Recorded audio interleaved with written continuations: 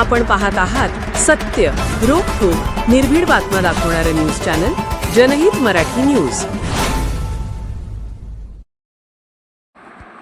एकादशीनिमित्त श्री क्षेत्र नारायणगड, भगवानगड, पैठण येथील मंदिरात भाविकांची अलोट गर्दी।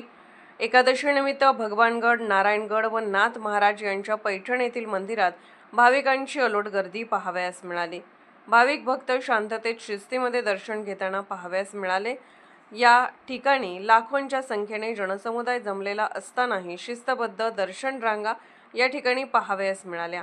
या सत्कार्यासाठी समाजकार्य करणारे स्वयंसेवक व पोलीस प्रशासन यांच्या वतीने ठिकठिकाणी नियोजनबद्ध बंदोबस्त तैनात करून दर्शन रांगा व्यवस्थित लावलेल्या होत्या।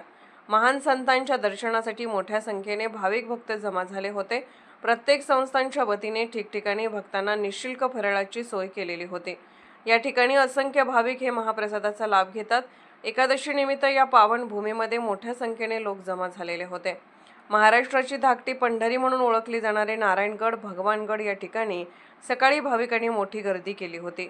चैत्र महिना चालू असल्याने भाविकांनी मोठी गर्दी केली होती।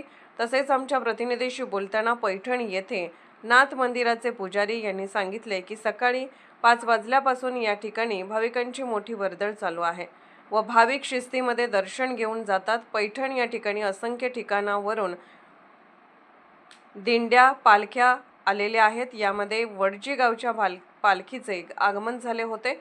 यावेळी पालखीसोबत आलेल्या भाविक भक्तांनी सांगितले की आम्ही दर महिन्याला एकादशी निमित्त एकनाथ महाराज यांच्या दर्शनासाठी चालत येतो व आम्हाला या दर्शनाने समाधान लागते अशा भावना व्यक्त केल्या आहेत। जनहित मराठी न्यूज चॅनलना लाईक करा, शेअर करा आणि सबस्क्राइब करा।